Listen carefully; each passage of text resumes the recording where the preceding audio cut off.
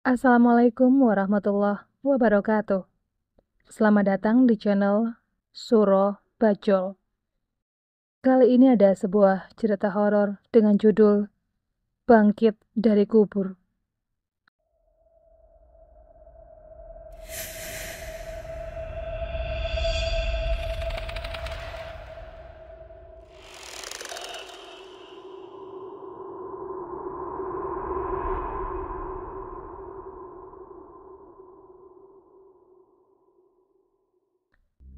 Manusia yang sudah mati, hidup kembali, mana mungkin? Berangkat dari pertanyaan inilah, aku ikut serta dalam ritual penangkapan hantu kuburan Talanggayau. Tempat di mana hantu Zakia sering mewujud dan menakut-nakuti warga. Pada suatu hari, Kamis Pon tanggal 13 Januari tahun 90, pukul 18:40 waktu Indonesia Barat, anak bungsu almarhumah Zakia, Herman, yang baru berumur 10 tahun, dikejutkan oleh kehadiran ibunya yang sudah 3 bulan meninggal. Saat itu Herman sedang nonton televisi di ruang depan rumahnya di Tebing Giling, Ogan Ilir, Sumatera Selatan. Di saat asyik menonton televisi, Herman melihat kemunculan ibunya yang tiba-tiba dan mematikan TV yang sedang dia tonton. Di luar kesadaran bahwa ibunya sudah meninggal, Herman berteriak kepada ibunya, "Mama, jangan matikan televisi. Aku lagi nonton nih," pekik Herman polos. Dalam hitungan detik, ibunya yang menggunakan baju kebaya hitam yang biasa dikenakan ketika masih hidup menghilang entah kemana. Ayahnya yang baru saja usai ambil wudhu untuk sembahyang maghrib, kaget mendengar Herman memanggil mamanya. "Kamu barusan, kenapa Her? Kamu manggil mama dan meminta mama tidak mematikan TV?" tanya Herman. Setelah dijawab iya oleh Herman, kagetlah si ayah. Sebab Herman benar-benar melihat ibunya yang sudah meninggal datang lagi dan mematikan TV. Ibu memakai baju kebaya warna hitam dan sarung warna coklat yang biasa dipakainya semasa hidup, cerita Herman. Mulanya Ardan, ayah Herman, mengira anaknya mengigau atau si bungsu sedang berhalusinasi karena sedang memikirkan ibunya. Tapi habis sholat maghrib, Ardan dikejutkan lagi oleh kelebat hitam di rumah sembayang. Setelah diperhatikannya dengan seksama, kelebat itu ternyata sosok Zakiyah, almarhumah istrinya yang telah memberinya 3 anak. "Oh Tuhan, bukankah itu Zakiyah?" batin Ardan. Ardan segera berlari ke ruang belakang, di mana istrinya itu melesat. Sesampainya di lorong menuju dapur, Ardan melihat telak wajah istrinya yang tegak menghadap ke arahnya dengan wajah pucat, berbola mata warna putih semuanya. Zakiyah memakai kebaya warna hitam dan sarung coklat kesukaannya ketika masih hidup. "Zakiyah, kamukah itu?" tanya Ardan. Karena sudah menjadi hantu, Zakiyah tidak menjawab sepatah kata pun. Dalam hitungan detik setelah ditanya, sosok Zakiyah pun menghilang keluar jendela yang belum terkunci. "Zakiyah, Zakiyah, kemana kamu?" Ibu Ardan makin penasaran. Sejak malam itu, Ardan menjadi gelisah. Matanya tak dapat dipejamkan dan Ardan sama sekali tak dapat tidur. Jantungnya mulai goyah dan batinnya pun resah. Perasaan pun tiba-tiba menjadi gamang. Pikirannya jauh menerawang ke sosok istri yang sangat dicintainya itu.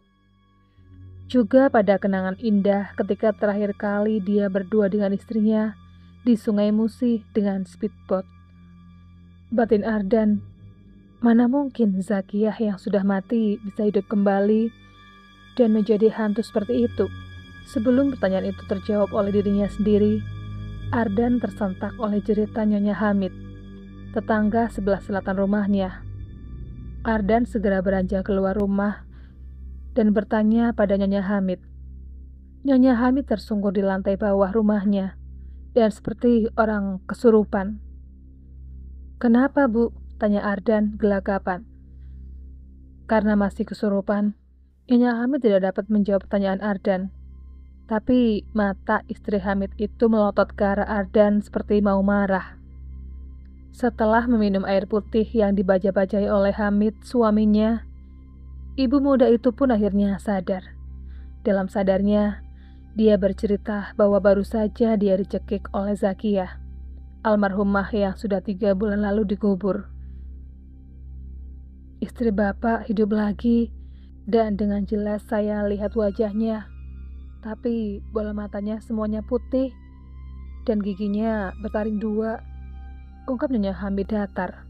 Hamid terperanjat mendengar cerita istrinya itu, sedangkan Ardan hanya diam dan tertunduk tak bisa membantah lagi.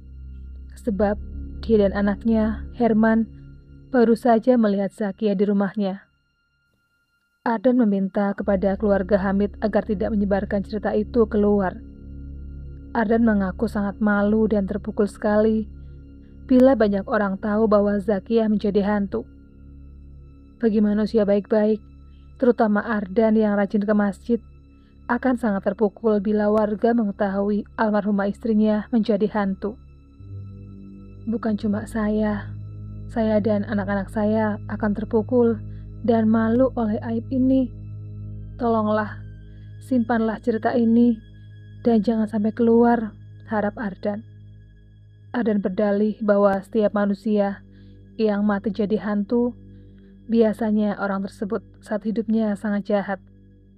Selain banyak dosa kepada sesama, dia juga biasanya punya hati busuk ketika hidup, syirik, dengki, iri hati, dan nyinyir.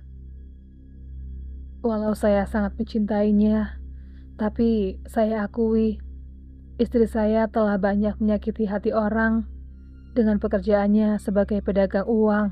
Aku Ardan. Memang Ardan tahu betul tentang tabiat istrinya itu. Ketika hidup, istrinya menjadi lintah darat dan memperdagangkan uang dengan bunga yang besar. Bila pelanggan terlambat membayar, Zakiyah tidak segan-segan mengambil benda-benda berharga secara paksa. Bahkan kerap pula melakukan kekerasan bersama pasukan penagih hutangnya yang terdiri dari preman-preman berbadan besar. Selain banyak menyiksa penghutang, Zakiyah juga terkenal berani melawan suami, punya hati syirik, dengki, iri, dan mulutnya sangat pedas menyakiti hati orang.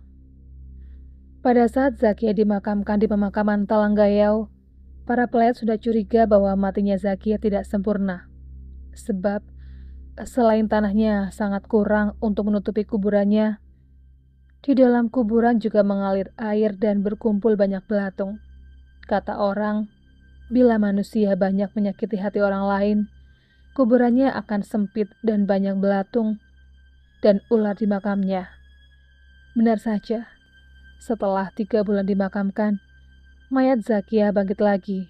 Setiap sore hari tertentu menjelang adzan maghrib, kuburannya merekah kemudian mengeluarkan asap putih. Asap itu bergumpal, lalu mewujud seperti sosoknya ketika hidup.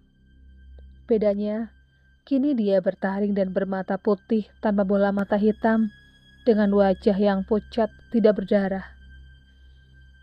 Setiap malam Jumat Kliwon, Selasa Wage, dan Minggu Pon, arwah Zakiyah mewujud berkeliling kampung. Bahkan orang-orang yang lalu lalang di jalanan depan rumahnya kerap melihat sosok Zakiyah di bawah rumah panggung miliknya. Di dalam kegelapan dan samar-samar malam, sosoknya selalu duduk jongkok menghitung uang di tangannya. Ketika senter mengarah kepadanya, matanya akan membelalak dengan warna putih semua. Mulutnya membuka memperlihatkan taring, bagaikan Dracula di film-film horor. Jadi walaupun Hamid dan istrinya tidak membocorkan kejadian yang mereka alami, karena warga lain melihat sendiri hantu Zakiyah, maka kasus bagi dari kubur itu menyebar ke seantero kelurahan. Menurut para dukun di wilayah itu, bahwa hantu Zakiyah menghitung uang karena semasa hidupnya diperbudak oleh uang. Dia sangat tergila-gila dengan uang, bahkan menjadikan uang seperti Tuhan dalam tanda petik. Zakiyah memperdagangkan uang dengan kesadisannya sendiri. Uang itu diperanak-pinakan dan dibungakan dengan bunga yang mencekik leher. Zakiyah menggunakan kesempatan pada orang-orang yang terdesak butuh uang dengan bunga yang teramat besar dan cara penagihan yang menekan orang. Banyak pelanggan yang sakit hati, stres, dan bahkan ada yang sampai mati karena depresi.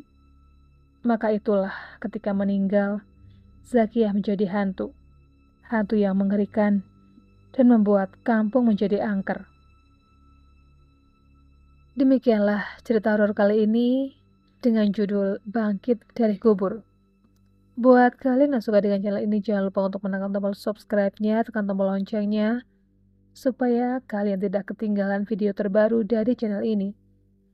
Sekian dulu video kali ini, coba lagi di video berikutnya.